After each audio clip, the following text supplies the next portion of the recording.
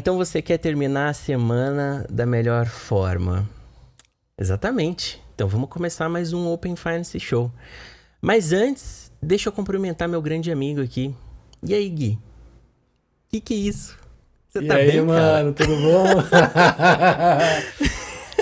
Tudo certo, deixa eu voltar aqui pro Pô. padrão. E aí, É, tudo bom? tudo bem, cara. Tava só curtindo Pinheiros aí pra almoçar, pegar um sol, é isso? Exatamente. Aí sim, Andando cara, muito de bom. Bom bike, né? demais. Bom demais, cara. Bom, que Muito legal, Gui. bom. Ó, vamos terminar a semana falando de coisa boa. Vamos falar de coisa que funciona. O que você acha? Vamos falar Aí de coisas que sim. funcionam em produção. Vamos falar de testar em produção. O que você acha de a gente falar sobre Hum, ferramentas que fazem testes em produção? A gente tem isso no Open Finance, né? A tal da FVP. FVP. É isso aí. Exato, cara. E Muito ela tem bom. vários modos de operação, né? Que eu acho que fica até meio nebuloso aí para as pessoas entenderem o que realmente significa. E eu tô aqui realmente cheio de questões para você, Gui, porque eu tenho várias dúvidas também sobre como funciona a FVP, essas certificações. Acho que tem um monte de coisas aqui que as instituições vão ter que lidar nas próximas semanas aqui, inclusive algumas novidades, né? Tem marcos até para as ITPs agora. Sim. Então, eu acho que seria interessante a gente entrar aqui num nível de detalhe para entender qual que é, primeiro, né? O que é a FVP manual e qual é a diferença dela para a tal da FVP automática? Uhum. Vamos lá, Nick. Então, com relação à FVP, né, que é o nosso acrônimo para Ferramenta de Validação em Produção, ela foi Perfeito. criada principalmente para a gente ter uma certa confiança no ecossistema, né? Que todo mundo está entregando as APIs da melhor forma, que está todo mundo fazendo o fluxo correto no até pagamento, tá? Até o fluxo de pagamento. Alguns testes também não vão até o pagamento, então elas são automatizadas até certo ponto, né?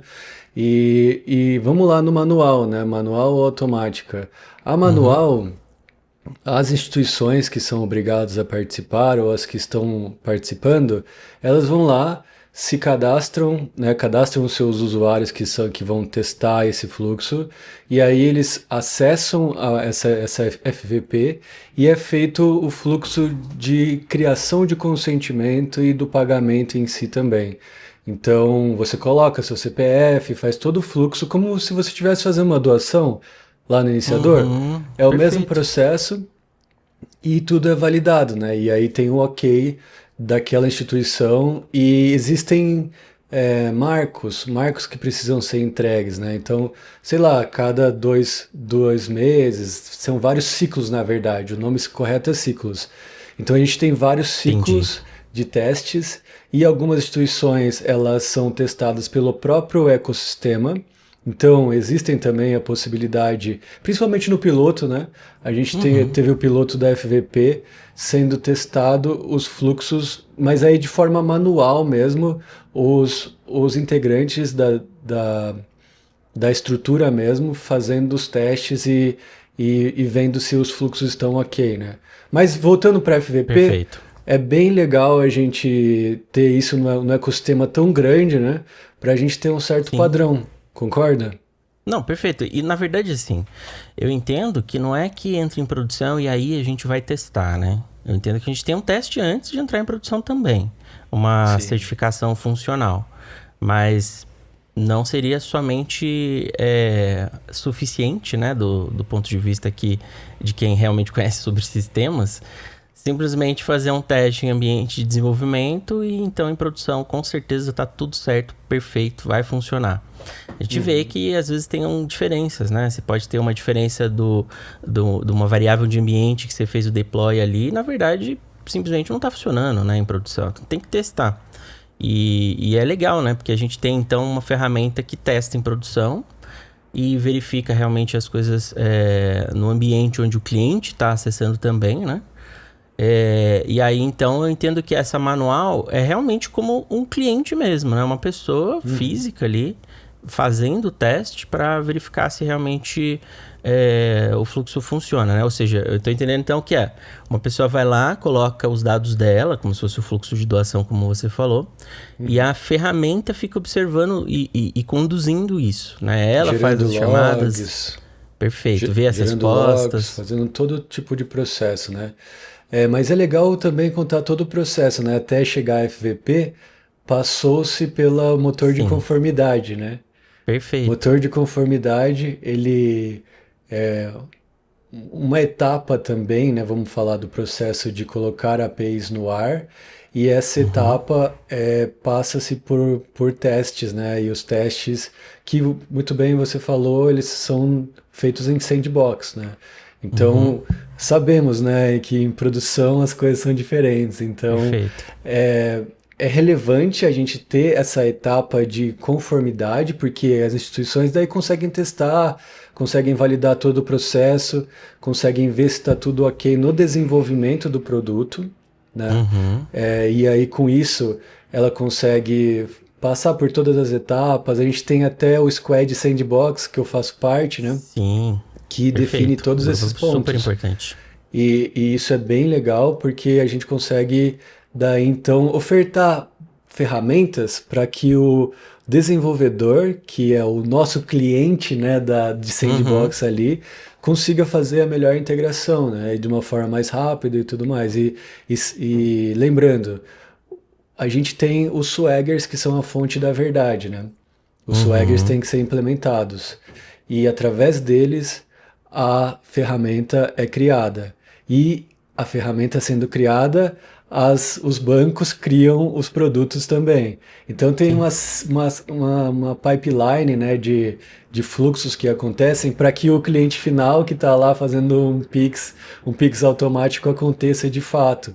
E aí, lembrando, um ponto perfeito. legal é que depois de feito, né, os fluxos de testes ali nessa de conformidade, nesse motor de conformidade que a gente chama, é feito uma subida dessas informações para o Service Desk para que seja o ecossistema dê um ok e que está tudo Uhum, certo e a gente poder colocar as APIs que foram criadas no diretório de Open Finance, né? perfeito. Mas Gui, me tira uma dúvida. Eu tô entendendo que os testes que a gente tá falando e mencionando aqui da FVP são testes que verificam a conformidade das APIs.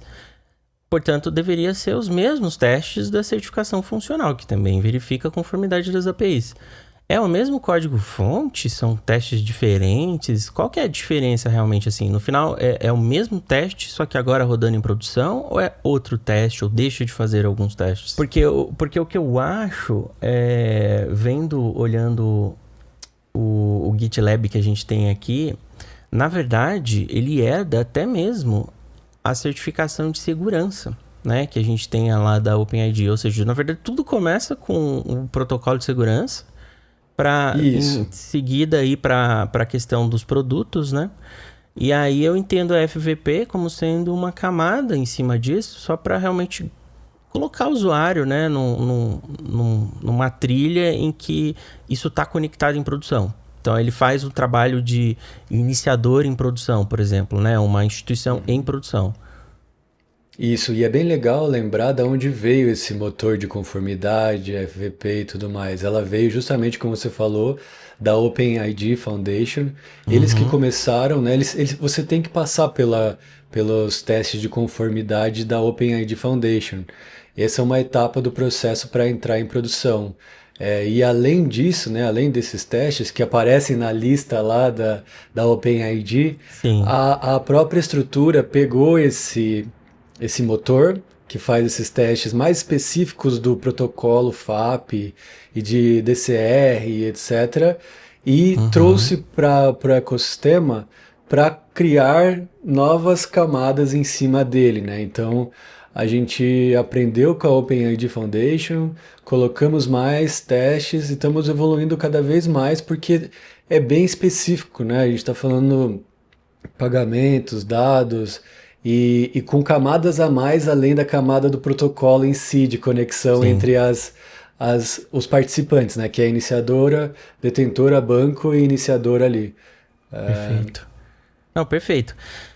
Eu acho que assim, de FVP manual pra mim tá super claro. E aí a FVP automática, então, até tentando pegar aqui pelo nome, né?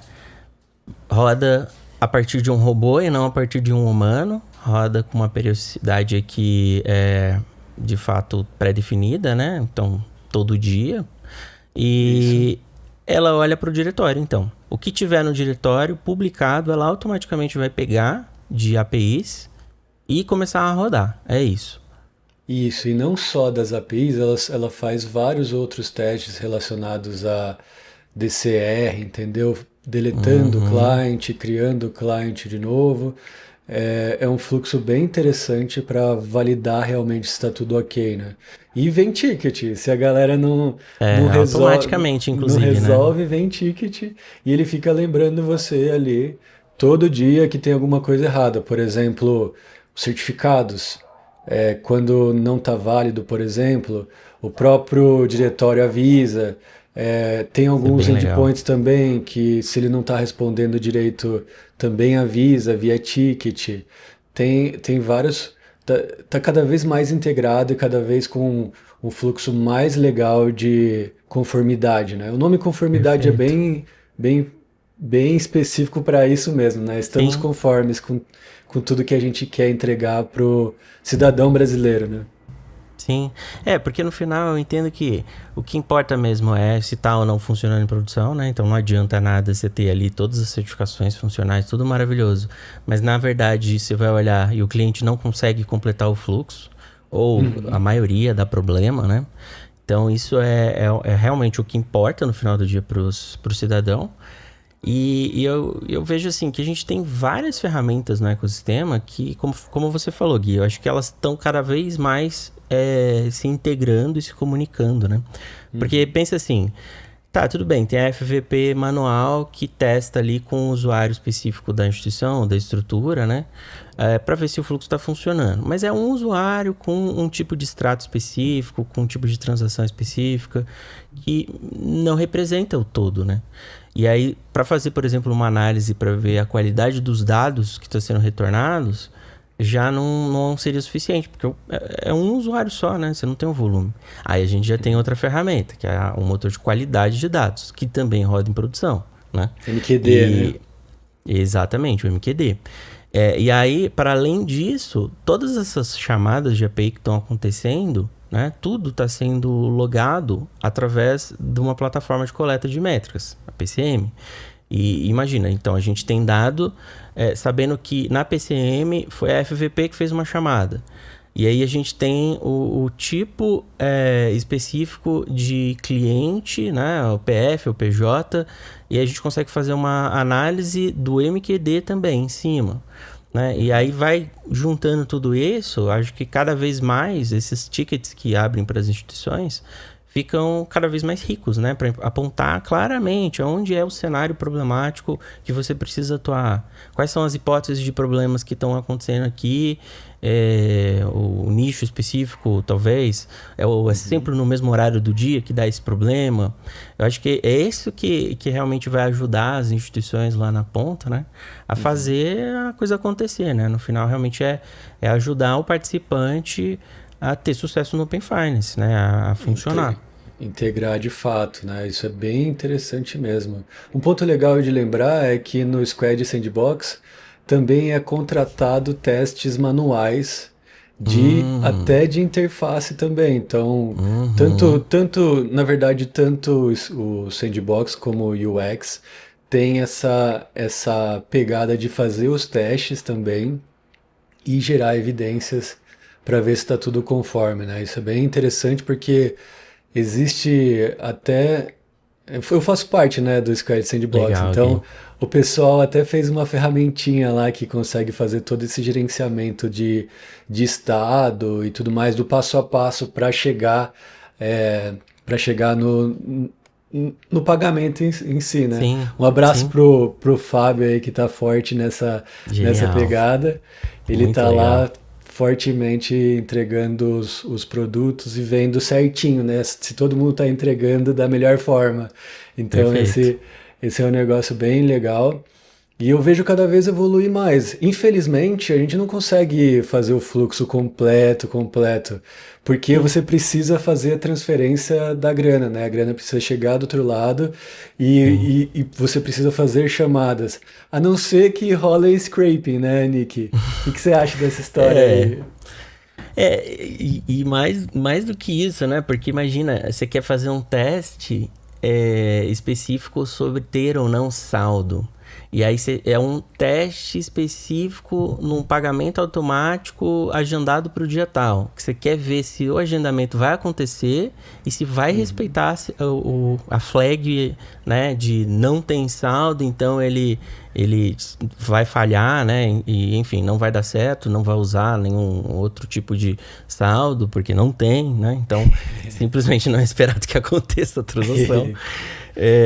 Então, assim, é difícil, imagina, esse baita cenário complicadíssimo, porque você tem que garantir que no dia tal não vai ter aquele saldo. E sendo uma ferramenta aqui que está fazendo vários testes ao mesmo tempo, Uhum. uma coisa pode atrapalhar a outra, né? Porque aí você tem um outro ciclo de teste que está em paralelo que precisa de saldo para poder fazer o teste. E aí, né? Como é que fica? Como que faz, é Então, verdade. cara, não sei, talvez scraping possa ser uma forma de garantir, né, que coisas que estão no canal ali possa estar, você ter uma garantia específica aqui via Open Finance, porque aí você falaria assim, bom, vamos pegar a API de fase 2, esses dados estão no Open Finance. Então, não são todas as instituições que estão na fase 2, né, na fase Uhum. de dados de cliente aqui. Então, se você está fazendo um teste de pagamentos automáticos que necessita saber se tinha ou não saldo específico na conta. Você não tem API para tirar o saldo direto. E Sim, aí, você vai sim. ter que ter uma interação humana, uma validação. Cara, a coisa vai ficando cada vez mais difícil, né? É Mais muito difícil fazer complexo. todos os testes. Sim. A gente começou simples lá com o pagamento imediato, né? Com o Sim. consentimento, sempre indo no banco, sempre indo no detentor de conta, autorizando e voltando, né? E a gente está evoluindo o ecossistema, faz parte. E aí uma das coisas Uhum. que faz parte também é a questão do desacoplamento que vai rolar, né? A gente está trabalhando, tentando colocar isso em voga porque realmente dá uma facilitada nos testes também, né? Na FVP, nos outros testes também, porque quando a gente tem mais de um produto em um Swagger, em uma API, existem restrições que têm que ser feitas para que aquele campo específico ele só retorne X quando for o produto Y, né? E aí vai indo nas, Uhum. nas várias possibilidades ali de cada produto. Para entregar de uma forma rápida e colocar os produtos e a gente entregar, foi muito legal naquele momento, que era o momento que precisava.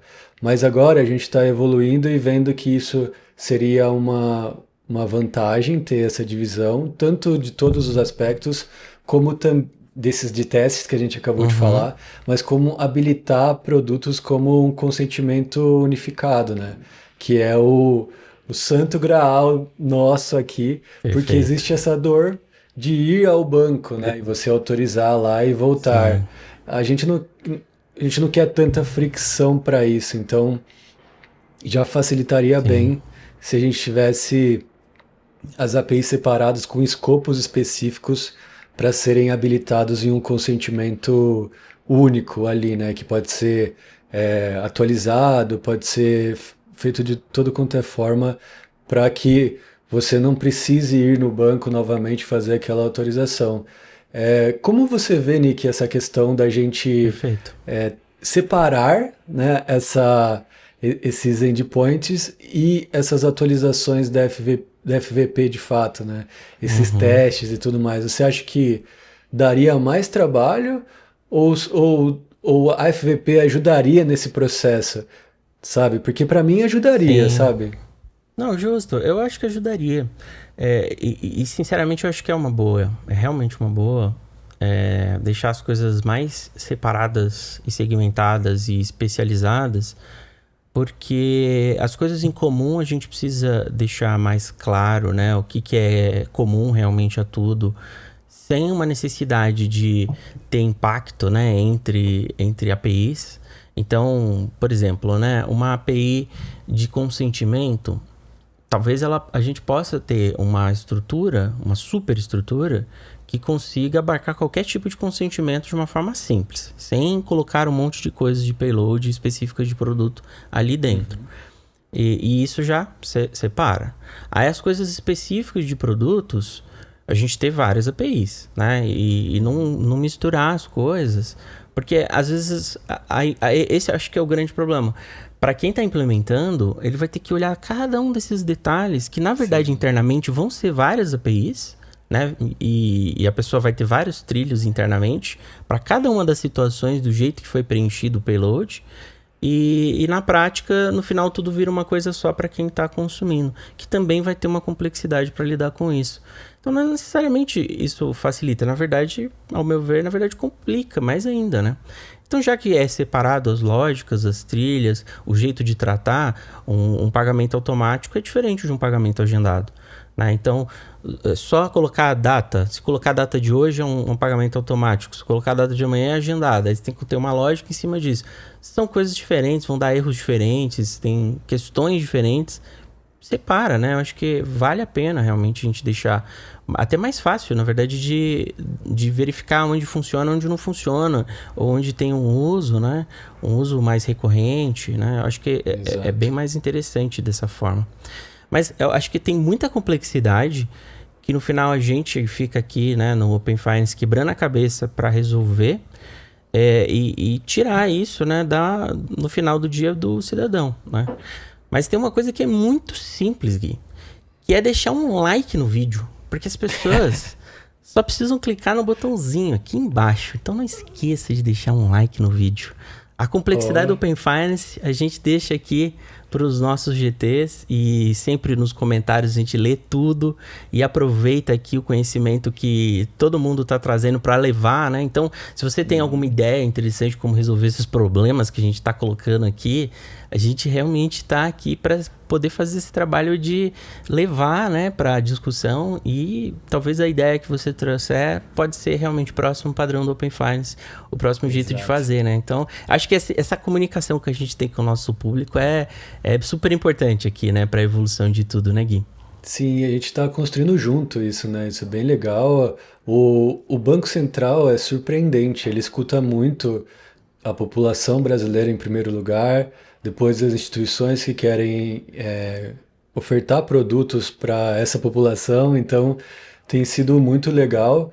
Eles só estão demorando um pouquinho no cronograma, né? Eu precisava desse cronograma meados do para ontem.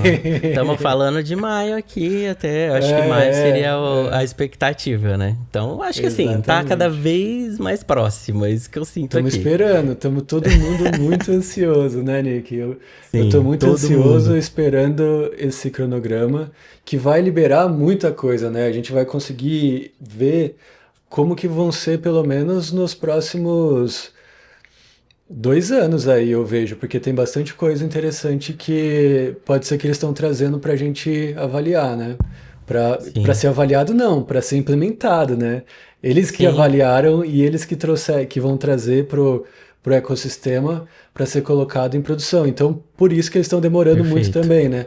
Porque eles precisam fazer toda essa validação e trazer tudo, o que né? é o melhor. O tamanho desse contexto de tudo, de todas essas coisas que a gente já falou em vídeo e das coisas que ainda não foram nem faladas e mencionadas aqui, que também estão rolando. Exato. É uma complexidade inacreditável esse programa, realmente dá para entender. Exato, tem que lidar, né, com o que o usuário final, que a população brasileira quer ou espera, quem está querendo colocar produtos para essa galera, quem está querendo receber essas informações, quem está querendo organizar tudo isso. Então, tem vários stakeholders, né, que são os participantes de todo o processo aí. Então, eu acho que realmente é um trabalho homérico que eu acho que tá vindo, né? Eu não vejo a hora de fazer um episódio sobre o cronograma do Open Finance. Não, esse episódio vai ser incrível, cara. Mas eu já tô ouvindo essa musiquinha aqui e eu acho que ela significa o final do nosso vídeo. Então, valeu, Gui.